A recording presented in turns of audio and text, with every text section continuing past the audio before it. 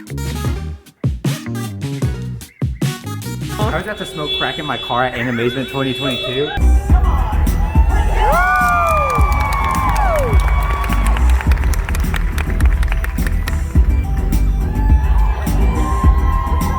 Ladies and gentlemen, welcome to the Saturday Night Masquerade. Who's ready to see their friends dress up?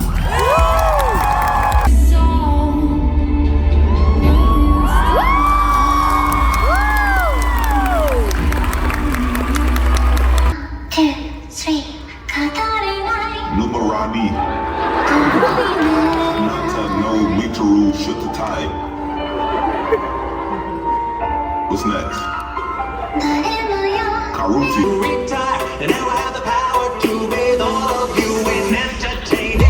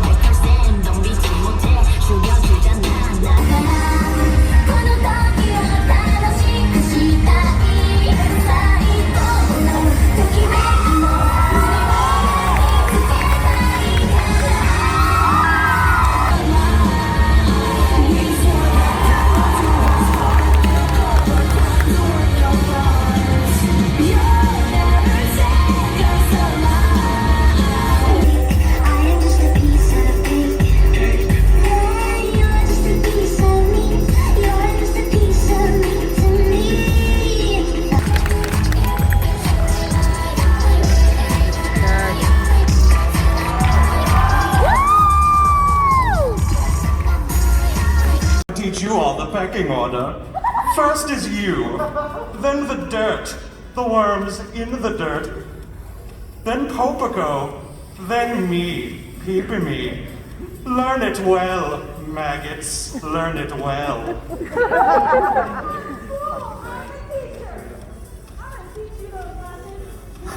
Joke's on you, I don't know how to read. I brought May with me, because you know, soft and fluffy. And she's on my side, just like Forte. She's always on my mind. She's gonna take you. Rodent violence. Are you ready to die? Because that's what they're telling me to do. To kill you.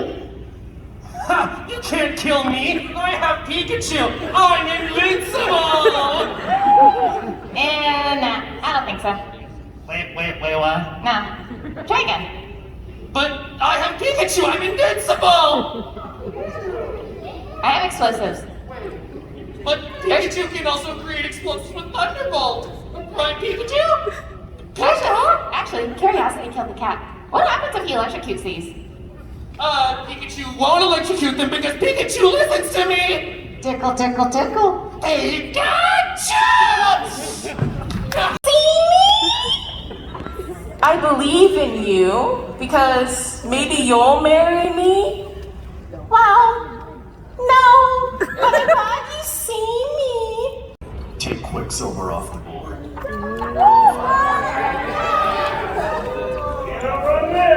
The betrayal! I thought we were teammates. It appears not, my love.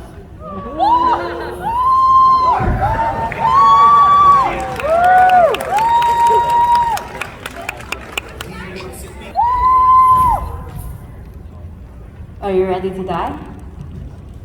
I'm sure dying's out of the question for me. Thank you for your time. I really appreciate it. I was surprised when I saw that someone from Cosplay Chess commented, because I've always wondered about Cosplay Chess since I've gone to Animazement for so long. I was going to ask if you had prior experience or if this was just a first time. Did you plan on doing it when you decided to go to the con, or was it just like a last minute, I'm going to do this kind of thing? Oh, I definitely plan to do it. Here's the suit, and here's part of the suit I wore. Is hanging on this other chair here. This was actually based off a Halloween costume I wore in 2021. It was the same character, but I changed it up so that it looked more like the character in the actual source material. So did they tell you the teams beforehand, or was there like an email about it? Okay, so there was this. So basically, once you get so on Saturday there was a rehearsal, Mm-hmm. and at the rehearsal they told you what team you were going to be on, but they did not tell you which chess piece you were going to be. Interesting. Yeah. That's something I thought they would have like told you beforehand, like, oh, this is the piece you're gonna be. This is how your team. So you knew your teammates before the match. Yes, I did. Okay. Did you have any chess knowledge before the match, or are you vaguely familiar? Oh, okay. I did. I played chess a lot when I was younger. I have zero knowledge about it, so I would just be standing there just waiting. For one of the chess masters, because the thing about cosplay is that they explain that this is not good chess. And they literally said our chess masters barely know how to play Chinese checkers. Wow. That I'm surprised about, because I remember in years past, I think it was 2019, both had a understanding of how chess worked. But from how long, because I recorded most of the event, I basically like just cut whenever there was like a break between moves. I noticed how long it took for pieces to move this year compared to other years where it was done pretty quickly, but this year I noticed that there was like 2 to 5 minute breaks between moves. That's because mainly my team was heckling our chess master. That's something he actually encouraged. That's something our chess master actually encouraged, because obviously it's Zenny, the person. Our chess master was Zenitsu from Demon Slayer, and he was just like, and like in the cosplay chess practice, it was just like, all right, so I'm gonna be very biased towards the women. So you guys can just heckle me all you want for that. I was gonna wonder about that. Where did you guys know that he was going to be biased towards the women succeeding than the men? Yes, the person playing Zenitsu did explain that. Fight scenes, I guess is the way to say it. Did you prep any of those, or were those all like improv? Pretty much 99% of cosplay chess is improv, aside from like the entrances, like when we go up on the stage to take our place. Mm-hmm. That's incredible, because I heard someone behind me the entire match being like, oh, this is all staged. They all prepared this. This was all done beforehand, and they're just really good actors. And I'm just like, no, that can't be it. 100% improv. Yeah, I heard him, and I was so mad. That if I ever do plan on going to cosplay chess like next year, which I don't know who I'm gonna be playing as, but I do plan to play it, to participate in it next year. I was about to say, how much improv experience did you have beforehand, if any at all? None. None. I took like a drama class in 6th grade for like a quarter of the year, and that was it. Do you think anyone else really had improv experience, or were all of you just winging it and it was brand new? Okay. Because I was amazed how well and smooth the like fight scenes were. They're not full on like battle scenes, of course, but nothing felt awkward. Like, oh, I'm gonna do this, and then no, but I want to do this. It all was pretty smooth from an audience perspective. Yeah. Did you get nervous during any of it? I got nervous before I went on stage, and mainly like before I was about to speak, but that was like minor setbacks. So that would definitely be my thing. As I would be a bundle of nerves, just going up there. Oh yeah. What would you say was the best part? Like, what was your favorite part of participating in cosplay chess? It was just all the interactions you could do with it. Yeah, there's so many different. There was a wide variety of characters. You had Kool-Aid Man, Pikachu. Well, here's the thing. This year's theme was basically like a free for all, which means that like there was no true theme. Like previous years would have like old generation versus new generation, chaos versus order, stuff like that, males versus females. Yeah, I was wondering about the theme. I was like, this one's very just mixed bag of so many different characters I saw. Yeah. And I was impressed by that. What would you say that if there was something you could change about or improve, would there be anything you would change? Like whether it was the process to sign up for it or just how the thing went? Well, obviously there was a fire alarm that was pulled this year, like right at the time people were about to be entered into it. Mm-hmm. Though this next part was actually on my behalf, which was like I just need to pick a person who doesn't have that much clothing on, because before like the entire match, I basically I did not put on my coat, my wig, or my hat so that I could cool myself down. How was it going through a fight scene? Because you got executed. Oh, it was my fight with Hazama versus Nightcrawler was my first time ever doing like a pratfall, and I was so shocked of how natural I just pulled it off. Yeah, I was surprised how some of the falls went. I was like, wow, that like with zero experience, I don't know if I could pull it off. I probably look super awkward just like keeling over, but I was impressed. From the audience perspective, would you say that the fall I took was natural? Yes, I would say definitely it was natural. I was like, wow, these look super realistic. Like I said, I'm always impressed by cosplay chess because it's never awkward, like leaning over falls or like, oh, I guess I should fall over now. It always just seems like a natural chemistry, even though there's barely any time to prepare. Mm-hmm. How was it sitting with the other dead castmates on the side? It was all right, though. I do wish I did more, even though Zenitsu was my chess master. Unfortunately, the bias that the cosplayer took for it was kind of a bit hampered my experience. But who knows? Maybe next year I'll be put on the winning team, or at least my team will. At least I will do some more shit next year. Yeah. I was like thinking, I was like, oh, maybe Zenitsu will actually pull it off with this strategy, and then I just saw the writing on the wall, and I was like, ooh, this isn't looking good. Again, they barely know how to play. They barely know how to play Chinese checkers. Yeah, I hope next year then they'll get some chess masters that have some knowledge of chess.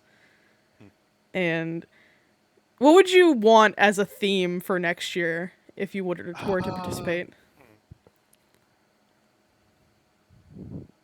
How about Eastern media versus Western media? Oh, I like that one. I love that. I mean, like you got Eastern, which is like comic books and like, which like Eastern would be manga and like JRPGs. Well, Western would be like comic books and like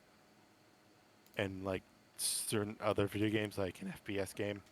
I would definitely like that. I would love to see anime characters versus like, because a lot of people cosplay from like Avatar: The Last Airbender or like American video games. Or for example, that like I said, the Kool-Aid Man was there, which is just a mascot. That would be interesting to see like American versus Japanese characters. Yeah. I would like that theme. One theme I've thought of is like fighting game characters versus like slice of life or like otome types, where it's just like, or like shonen versus like a slice of life, where it's just like JoJo versus like Toradora. Yeah, I think everyone for the most part did a wonderful job in cosplay chess. I always have fun every year watching it. I hope Animazement just keeps doing it, and I hope people participate. Would you recommend someone that's been interested in doing it to just go for it? Of course. Of course, you can.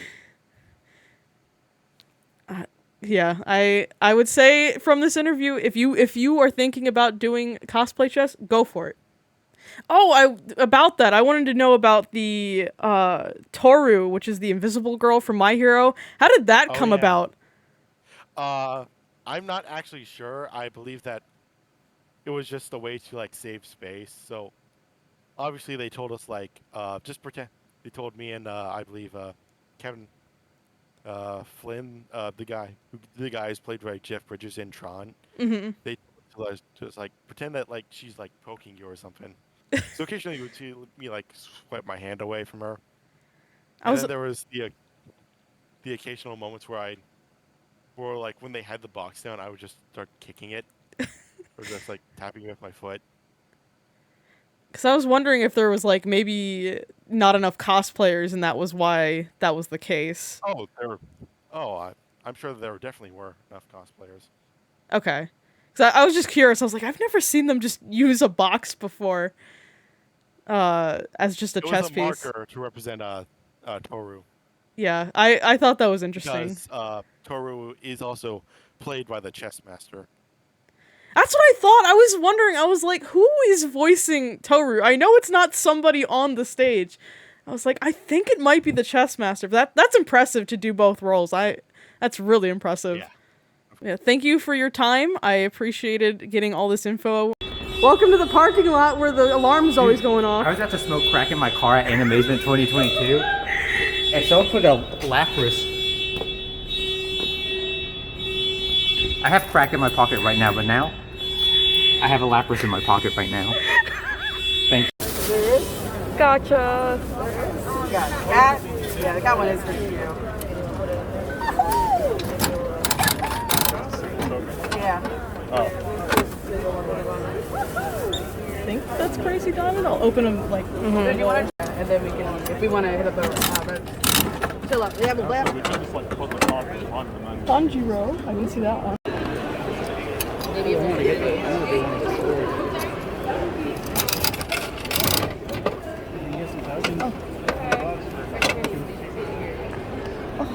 Doggo, it's trying to chase his tail. Is that one?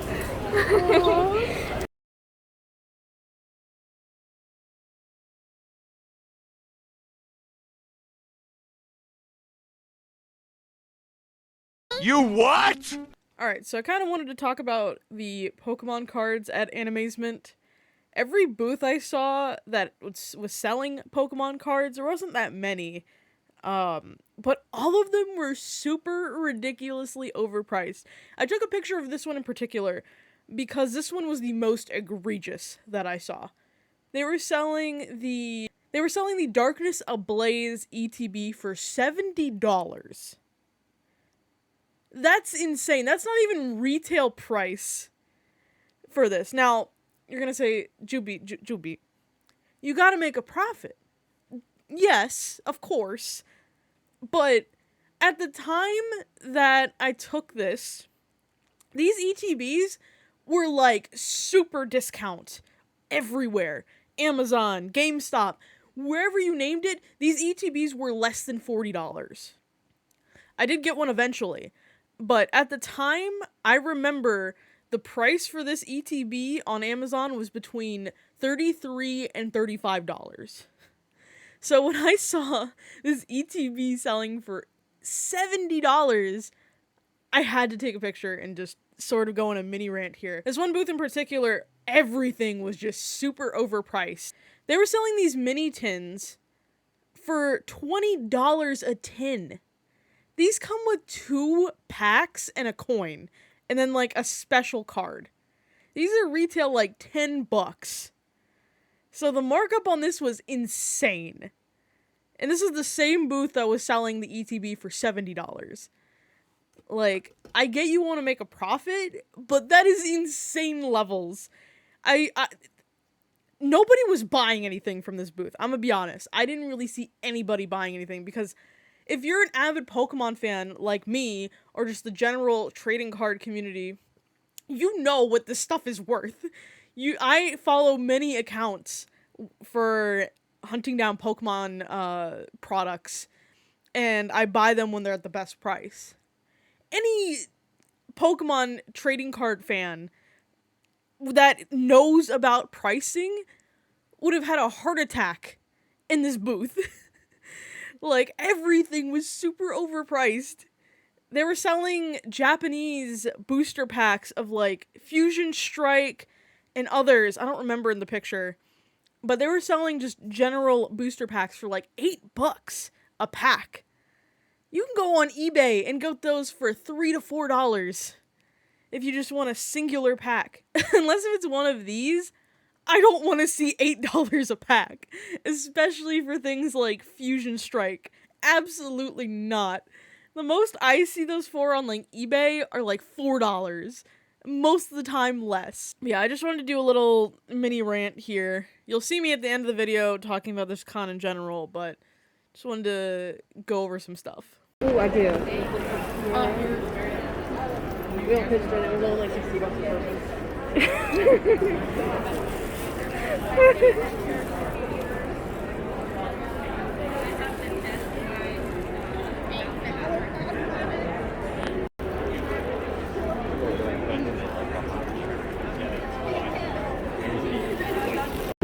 Open your Donkey Oh, you want me to open it? Yeah. Oh, okay.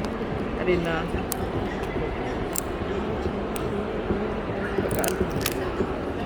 Open the plastic. I'm struggling. There's tape. Oh god. The goodest boy. He's very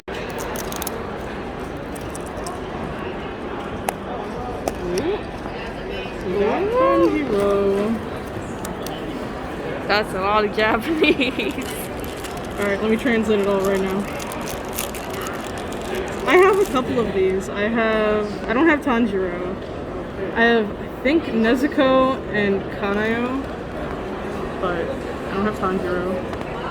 I thought his skull was kind of cracked. It's fine. And then this one probably is Crazy Diamond, because it's like right there, but I'm not sure. This one's fancy. Struggle. I am struggling. There's tape. Oh, there's a double side. There we go. Oh no, this one's the Honda. Look at that. Honestly, the black music. Now I get to struggle with the plastic. You start with those scratch and then block it out. Among Us? Nuh-uh. Oh god. I would have done a smaller. Oh. Alright, heavens. Oh god, it's a whole contraption. It is a whole contraption. Okay. How on earth? Oh, I think you tear it apart and then you like put this end in it. Uh-huh. Like, whenever they yeah. Interesting. I'll have to put it together later. Yeah. It's okay. To be continued.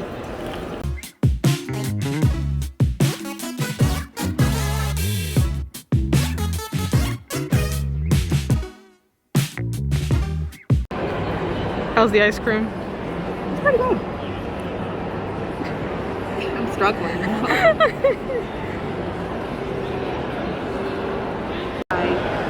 We're here waiting for Ben.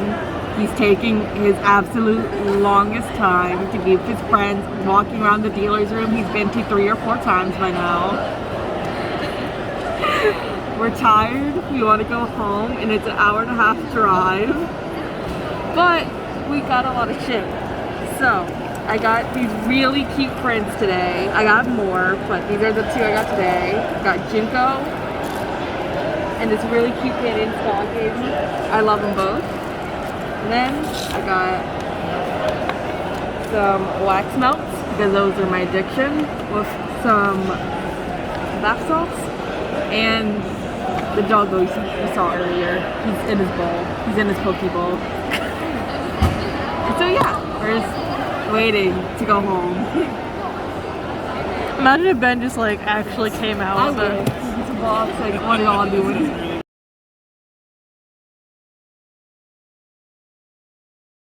Ben, what would you like to say to the people as we're leaving Animazement? I had fun. The most embarrassing moment was when I walked out of the bathroom and Jules said, "Are you a wreck?" I didn't want to believe that was actually happening. How many bitches do you think you've gained on Instagram? Like 2 or 3. Hey, that's a gain. What was your favorite part? Everyone looking at me. No. The merch. Just buying. Wow, I thought you were gonna say Mystic winning. Oh, yeah. I mean, I wasn't with them, so. Guys, it's been 2 miles already. Oh my god! Only what, like 69 more to go? No! That's right. Woo!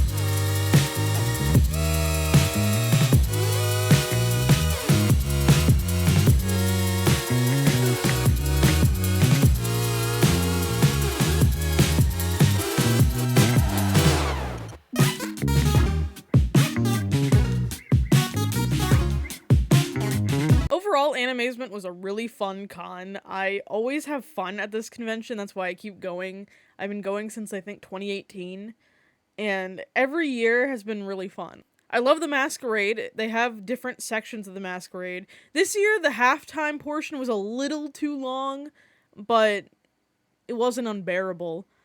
But it was a good... They always put on good masquerades. There's always a great variety of performances in the masquerade. Cosplay chess is one of the best things that this convention offers, and I think more conventions need to have these, like, games that involve cosplayers, or even, just take cosplay chess. It's not like that's an Animazement exclusive thing. I've heard Anime Boston also does cosplay chess.